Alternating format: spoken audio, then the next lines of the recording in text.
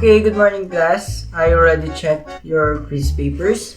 Some got high scores and some unfortunately got the very low scores. Okay, let's start. When I call your name, get your papers here in front. Samantha, congratulations. Thank you po, sir. Angelo, congrats. Thank you po, sir. Sam, ilan yung score mo? Baba lang eh. Hala, we, okay lang yan. Bawi ka na lang sa susunod. Ilan ba yung nakuha mo? 29 lang. Samantha, Mababa. 29? Ako nga, 25 lang eh. Uy, te. Pink pulbo. Kalbo? Sure. Ayan. Thank you.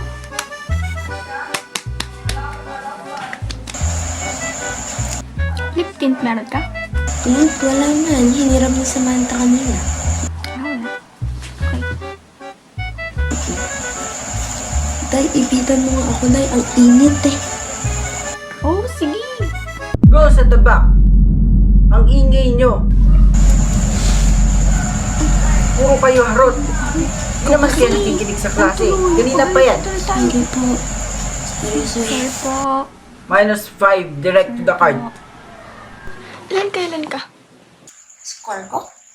23 lang. Ikaw ba? Ha? 23 ka?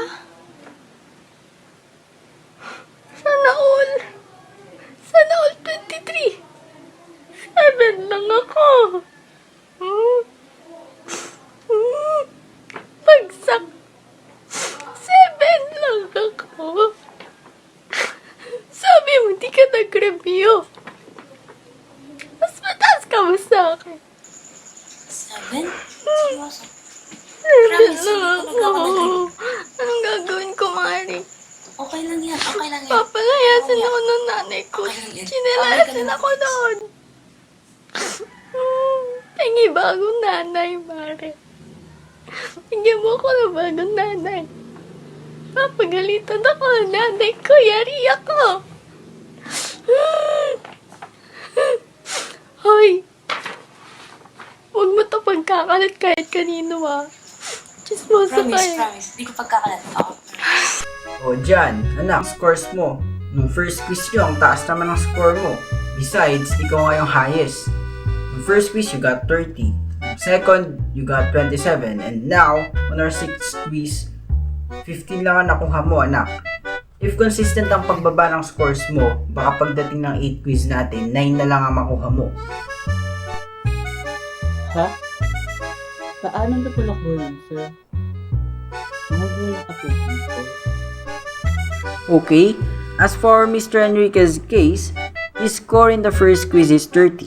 And then, sa second, 27, 24, and 21, and so on. 30, 27, 24, 21. So the problem is, we need to get the score of Mr. Enriquez on our 8th quiz if his score is consecutively decreasing from 30, 27, 24, 21, and so on. First, let's identify our given. You learned that the common difference is the constant difference between consecutive terms of an arithmetic sequence. In the consecutive terms you are seeing right now, 30, 27, 24, and 21, what do you think is the common difference? Okay, you're right. It's negative 3. To make it easier for you to find the common difference, para hindi na rin kayo mahirapan class, syempre, sino bang gusto mahirapan dito, di ba?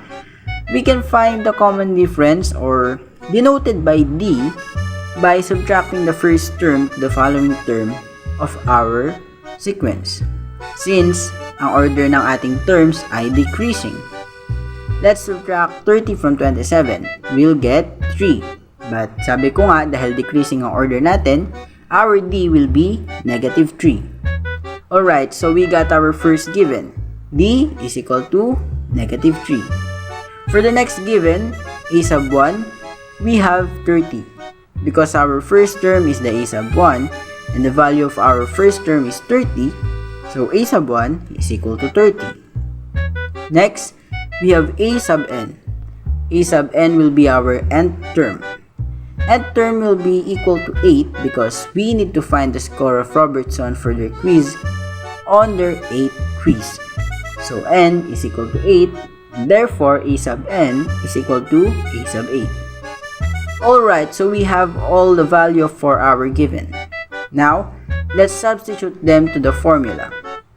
The formula for arithmetic sequence is predominantly a sub n is equal to a sub 1 plus quantity n minus 1 multiplied by d.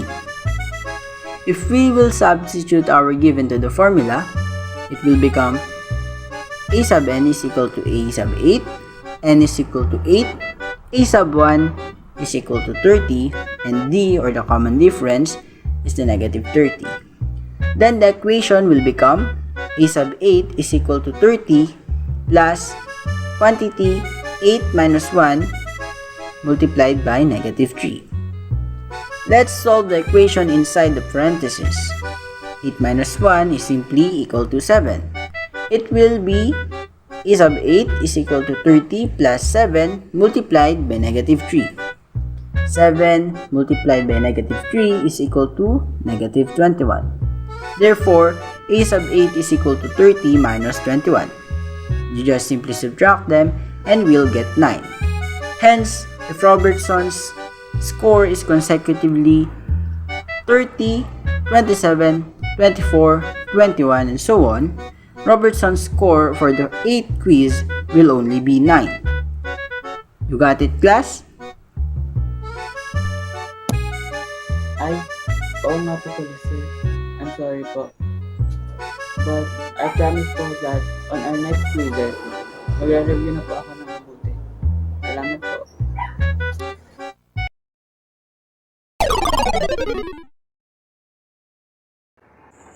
Mare! Ano yan? Sandali lang. Oh! Mare, ikaw pala yan! Long time no see! O, anong bibilin mo, Mare? Pabili akong Colgate, Mare. Yung close-up. What?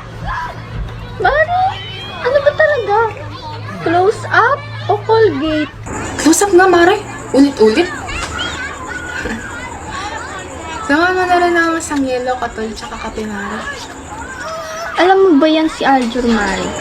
Balita ko. Ang dami daw utang niya. Oh, talaga si Smax. Bakit daw? Yellow, Mare. Oh, Ang dami salamat. daw utang niya. Yan si Aljur sa ano, Sara. Oo. Yung kila Yung kila Aling Betchay. Kila kumaring Betchay. Huh? Grabe, ang dami daw utang. Baon daw yan sa utang. Ang gwapo-gwapo pa naman bata yung maraming utang. Tapos alam mo pa, Mare, nag-iwalay daw sila ng... Ayun, katol, Mare. Nag-iwalay daw sila ng... Yung mata asawa ko niya sa si bata. ano? Yung mape. Kylie.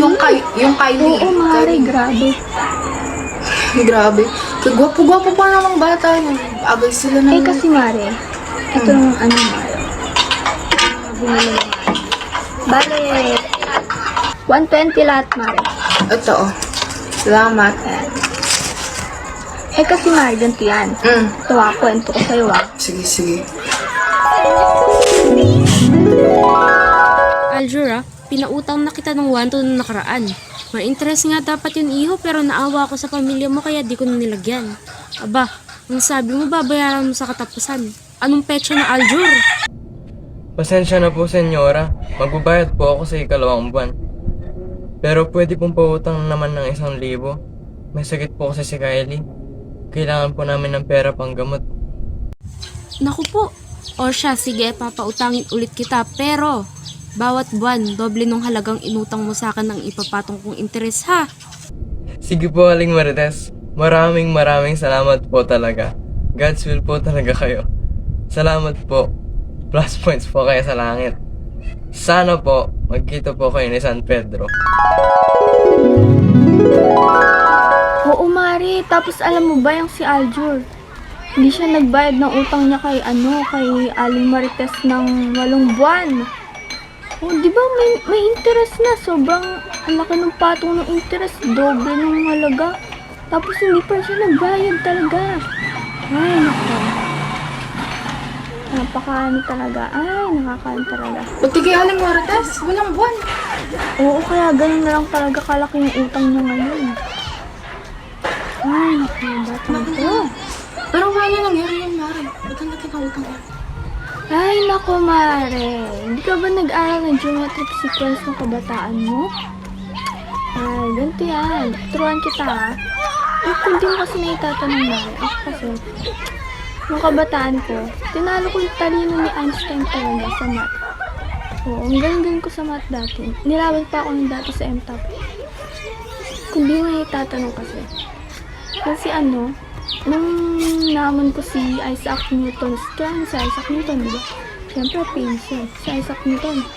Ay, nako. Tinalo ko yung talino nun. Nung hinaman ko siya sa geometric sequence, ay talaga. Ay, napauwi siya talaga sa bahay nila ako.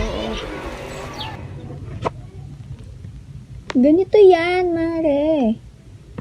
Okay, let's evaluate the problem. Aljur borrowed 1,200 pesos from Senora without interest. After 1 month, Aljur haven't paid Senora yet and decided to borrow 1,000 pesos again from Senora.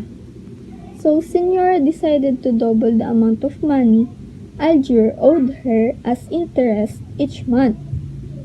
If Aljur didn't pay Senora for 8 months, how much money will Aljur owe Senora on the 8th month? That's our problem. So basically, 1,200 pesos is the original utang of Aljur to Senora, and then nangutang ulit siya ng 1,000. So i-add lang natin yung 1,200 sa 1,000 pesos. So 1,200 plus 1,000 will be equal to 2,200 pesos. Aljur didn't paid for 8 months.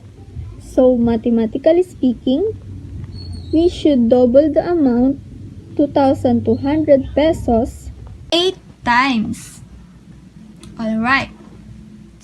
So I will show you guys, mga kamarites, how to solve this problem using the formula of geometric sequence. Ayan! So first, let's find our given.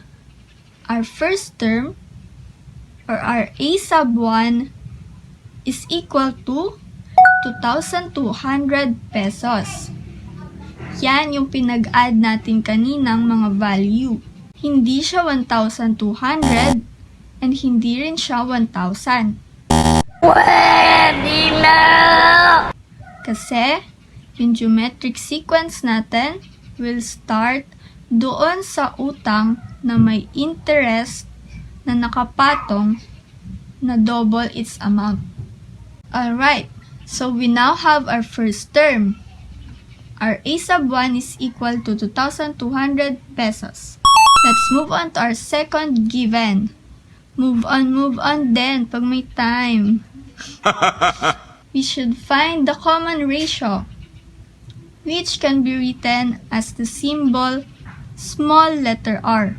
Since the interest is double the amount of the utang per month, our common ratio is definitely 2. Diba? Napansin niyo yon? Sabi niya, double the amount. Kaya yung common ratio natin is 2. Bakit ko nasabi yon? Kasi we can easily find the common ratio by evaluating the problem properly. The terms used in the problem like double, triple, quadruple, and etc. can help us identify the common ratio of our sequence. Ayan, so our common ratio is 2. Galing yan. Let's continue. We should also identify the A sub n, yung value ng A sub n, because it will be used later for the formula. Lahat ng given, magagamit natin sa formula mamaya. First things first, our n is equal to 8. Bakit ko na naman nasabi yon? Kasi, we should get the value of Aljur's utang for the 8th month. Napansin niyo yun? 8th month. Tapos yung value natin sa n is 8. Ang ibig sabihin nun, n is our nth term. Ayan. So, a sub n is equal to a sub 8. Ayan. Nakuha na natin lahat ng kailangan natin. Let us now substitute our given values to the formula of the geometric sequence. Dito na tayo magkakaalaman.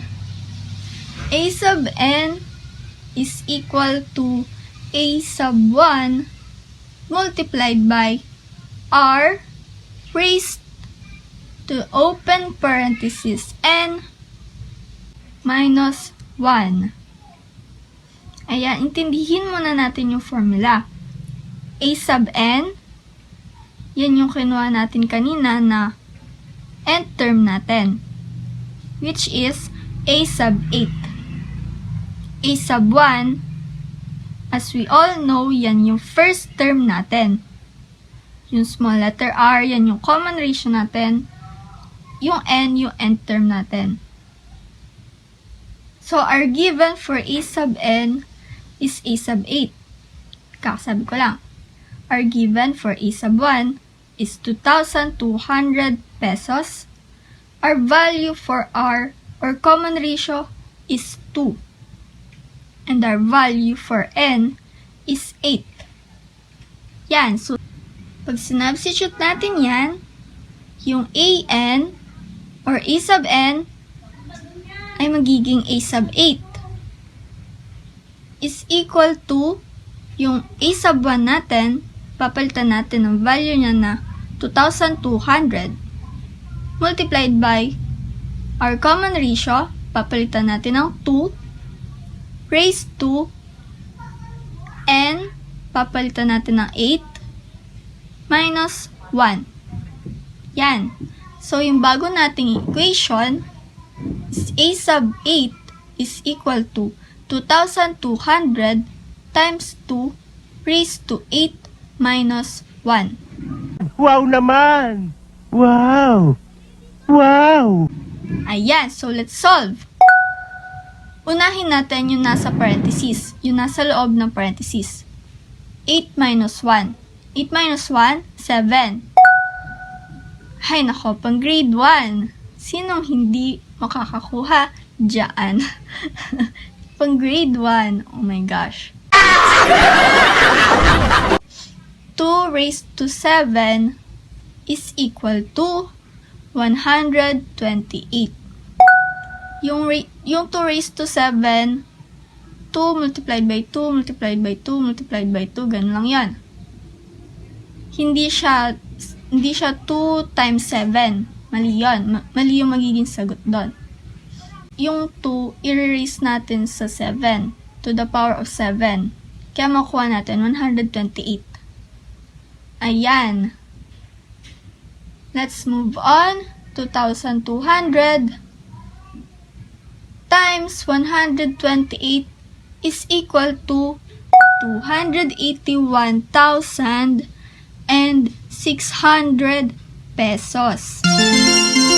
Diba? Ang laki. Hence, the value of Aljur's utang to Aling Marites or Senyora is logically 281,600 pesos in total for 8 months of him not being able to pay his utang. Oh, Mare. Gets mo na ba? Oo, Mare. Di mo naman kasi sinabi mo kasi talino pala kayo ni Kuya Kim. Pwede kayo sa matang lawin. Baliw, Mare. Science ang tinuturo ni Kuya Kim, hindi math. Ayaw nga pala, Mare. Ay, nako. Ang laki talaga ng utang ni Aljur. Oo nga. Oo nga, Diyos ko. tama ka dyan. Ako yan, baka siguro nakuha na ako. Tama ka dyan, Sis Mars. Grabe yung mga bata. Siguro nga pati atay at gallbladder ng si Mga Alfie. kawawa Nakakangla na yung ngayon. mga anak nila. Grabe. Laka ng utang, no? Kaya nga. Ay, Ano mga yun, nakayanan batang yan? Wow! By the way, Mara, ito yung sukli mo. 20 yan, ah. Salamat. 20. Baka kulang to ah. Hindi, Dahil ako sa math, Mara, hindi ako magkakamali dyan. Sige, pare. And salamat ah. Una na ako.